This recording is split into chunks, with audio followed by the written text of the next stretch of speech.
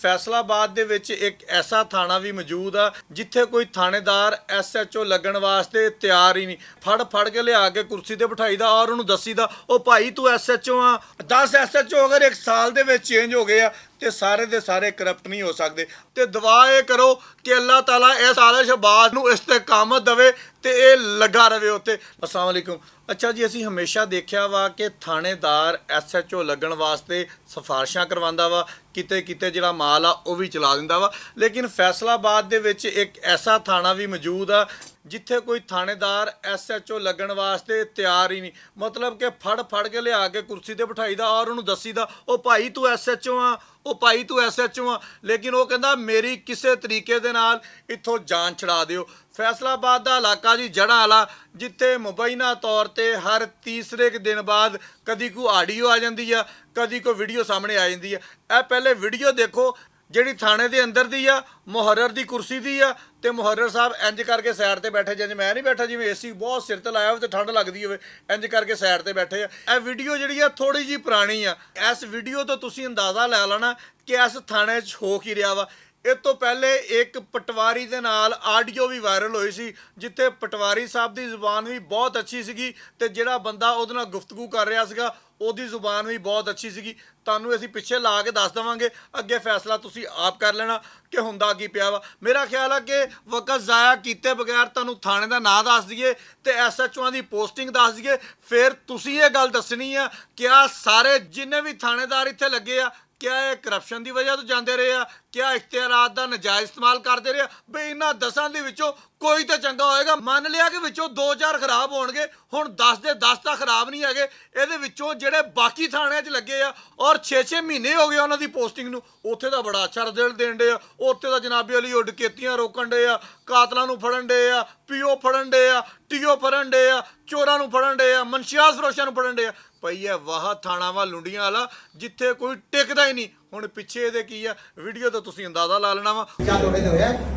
ਦੋ ਹੋਏ ਮੈਂ ਤਾਂ ਸੁਣੋ ਗੱਲ, ਆਪਣੀ ਹੀ ਜ਼ਮੀਨ ਦੇ ਵਿੱਚ ਇਹਨਾਂ ਇੱਟਾਂ ਛੱਡੀਆਂ ਨੇ। ਇੱਟਾਂ ਹੀ ਛੱਡੀਆਂ 2 ਵਰਸੇ ਆਪਣਾ ਸਟੇ ਦੀ ਕੋਈ ਵੈਲਿਊ ਸਿਰਫ ਵਾਸੇ ਪੰਜਾਹ ਸਟੇ ਇਕੱਠਾ ਕਰ ਲਓ। ਮੈਂ 2 ਵਰਸੇ ਸਟੇ ਦੀ ਕੋਈ ਵੈਲਿਊ। ਇਹ ਗੱਲ ਮੈਂ ਤੁਹਾਨੂੰ ਦੱਸ ਰਿਹਾ ਕਾਨੂੰਨ ਦੀ, ਅਗਰ ਤੁਸੀਂ ਜਿਵੇਂ ਇਹ ਮੁਨਫਰਦ ਇਜਾਜ਼ ਜਿਹੜਾ ਨਾ ਥਾਣਾ ਲੁੰਡੀਆਂ ਵਾਲੇ ਨੂੰ ਹਾਸਲ ਹੋਇਆ, ਜਿੱਥੇ ਜਨਾਬੇ ਵਾਲੀ 7 ਮਈ 2024 ਦੇ ਵਿੱਚ ਪੋਸਟਿੰਗ ਹੁੰਦੀ ਆ ਜੀ ਰਾਏ ਅਰਸ਼ਦ ਖਰਲ ਦੀ। ਕਿੰਨੇ ਦਿਨਾਂ ਵਾਸਤੇ?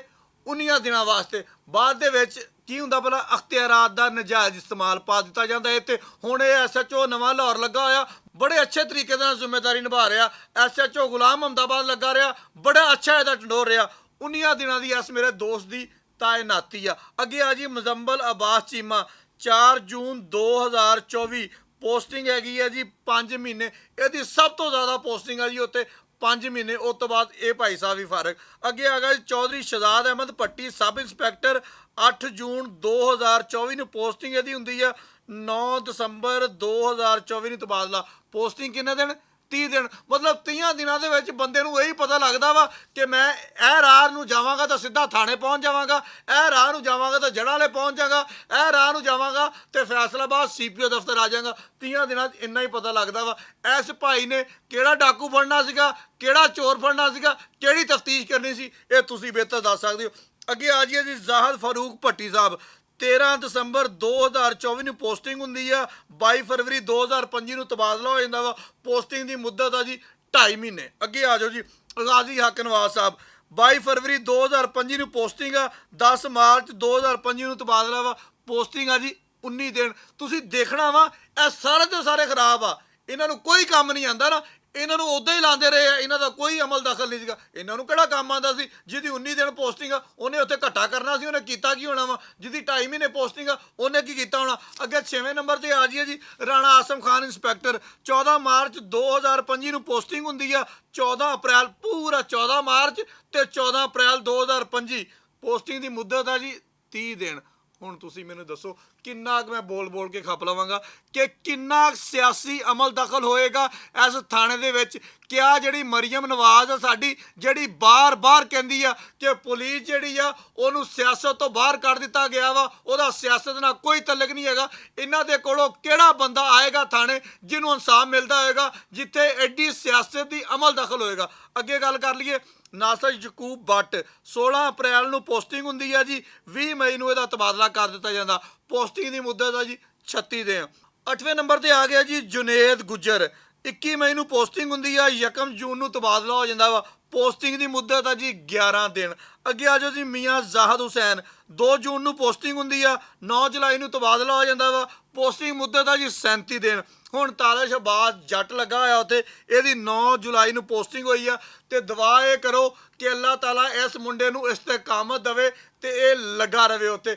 ਜਿਹੜੀ ਸੂਰਤ-ਹਾਲ ਉੱਥੇ ਦੀ ਹੈਗੀ ਆ, ਇੱਥੋਂ ਦਾ ਆਹ ਵੇਖੋ ਕੰਨਾਂ ਨੂੰ ਹੱਥ ਏਸੀ ਲਾ ਦਿੱਤੇ ਆ। ਬਾਕੀ ਉੱਥੇ ਦੀ ਆਵਾਮ ਜਿਹੜੀ ਆ ਉਹਦਾ ਅੱਲਾ ਹੀ ਵਾਰਿਸ ਆ, ਬਾਕੀ ਹਾਲਾਤ ਉੱਤੇ ਕੋਈ ਨਹੀਂ ਹੈਗੇ। ਇਹ ਸਿਰਫ ਥਾਣੇ ਦੀ ਗੱਲ ਦੱਸਦਾ ਪਿਆ ਵਾ। ਉੱਥੇ ਦੇ ਹਸਪਤਾਲ ਦੇ ਵਿੱਚੋਂ ਕਿਸੇ ਬੰਦੇ ਨੇ ਮੈਡੀਕਲ ਲੈਣਾ ਹੋਵੇ, ਸੱਚਾ ਲੈਣਾ ਹੋਵੇ, ਝੂਠਾ ਲੈਣਾ ਹੋਵੇ, ਉਨੀ ਦੇਰ ਤੱਕ ਨਹੀਂ ਹੋਏਗਾ ਜਿੰਨੀ ਦੇਰ ਤੱਕ ਐਮਪੀਏ ਸਾਹਿਬ ਦਾ ਜਾਂ ਐਮਪੀਏ ਸਾਹਿਬ ਦੇ ਭਰਾ ਦਾ ਫੋਨ ਨਹੀਂ ਆਏਗਾ। ਸਾਡੀ ਕਿਸੇ ਦੇ ਨਾਲ ਜ਼ਾਤੀ ਰੰਜਿਸ਼ ਨਹੀਂ ਹੈ, ਨਾ ਅਸੀਂ ਐਮਪੀਏ ਸਾਹਿਬ ਨੂੰ ਮਿਲੇ ਆ, ਨਾ ਅਸੀਂ ਐਮਪੀਏ ਸਾਹਿਬ ਦੇ ਭਰਾ ਨੂੰ ਮਿਲੇ ਆ। ਲੇਕਿਨ ਅਸੀਂ ਦੱਸਣਾ ਚਾਹੁੰਦੇ ਆ ਕਿ ਉੱਥੇ ਦੇ ਹਾਲਾਤ ਕੀ ਆ। ਕਿਆ ਉਹ ਫੈਸਲਾਬਾਦ ਦਾ ਹਿੱਸਾ ਵਾ, ਕਿਆ ਉਹਦੀ ਤਹਿਸੀਲ ਜੜ੍ਹਾਂ ਵਾਲਾ ਵਾ। ਇਦਾਂ ਦੇ ਕੰਮ ਤਾਂ ਉਹਨਾਂ ਇਲਾਕਿਆਂ 'ਚ ਹੁੰਦੇ ਆ ਜਿਹੜੇ ਦਰਿਆ ਦੇ ਇਲਾਕੇ ਹੋਣ, ਜਿੱਥੇ ਲਾਗੇ ਸ਼ਹਿਰ ਹੀ ਕੋਈ ਨਾ ਹੋਵੇ, ਕੱਚੇ ਦੇ ਇਲਾਕੇ ਹੋਣ, ਜਿਹੜਾ ਮਰਜ਼ੀ ਆਵੇ, ਜਿਹੜਾ ਮਰਜ਼ੀ ਜਾਵੇ, ਜੋ ਮਰਜ਼ੀ ਕਰੀ ਜਾਵੇ, ਕੋਈ ਕਿਸੇ ਨੂੰ ਪੁੱਛੇਗਾ ਨਹੀਂ। ਲੇਕਿਨ ਇਹ ਉੱਥੇ ਦੇ ਹਾਲਾਤ ਨੇ, ਜਿਹੜਾ ਬਿਲਕੁਲ ਫੈਸਲਾਬਾਦ ਦਾ ਦੇੜਾ, ਸਭ ਤੋਂ ਵੱਡੀ ਤਹਿਸੀਲ ਆ ਫੈਸਲਾਬਾਦ ਦੀ ਜੜ੍ਹਾਂ ਵਾਲਾ, ਉੱਥੇ ਦੇ ਹਾਲਾਤ ਨੇ।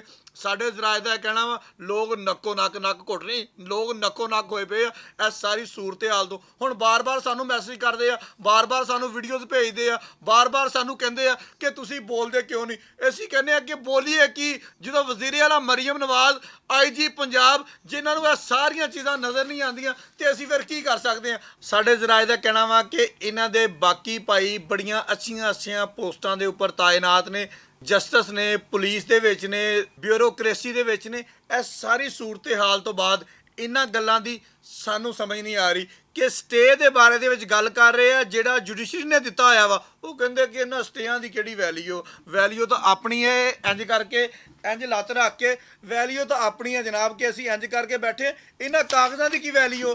ਇਹ ਤਾਂ ਜਿੰਨੇ ਮਰਜ਼ੀ ਲਈ ਫਿਰਦੇ। ਉਹ ਖੁਦਾ ਦਾ ਨਾਮ ਭਾਈ, ਆਪਾਂ ਐਸੇ ਆਵਾਮ ਕੋ ਵੋਟ ਲੈਣੇ ਆ, ਆਪਾਂ ਇਹਨਾਂ ਲੋਕਾਂ ਦੇ ਨਾਲ ਸਿਆਸਤ ਕਰਨੀ ਆ।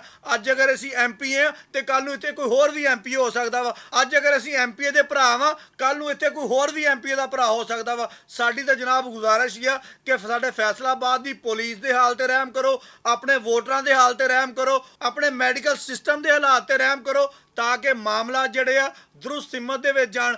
ਇਹ ਕੋਈ ਅੱਛੀ ਗੱਲ ਨਹੀਂ ਹੈਗੀ। 10 SHO ਅਗਰ 1 ਸਾਲ ਦੇ ਵਿੱਚ ਚੇਂਜ ਹੋ ਗਏ ਆ ਤੇ ਸਾਰੇ ਦੇ ਸਾਰੇ ਕਰਪਟ ਨਹੀਂ ਹੋ ਸਕਦੇ।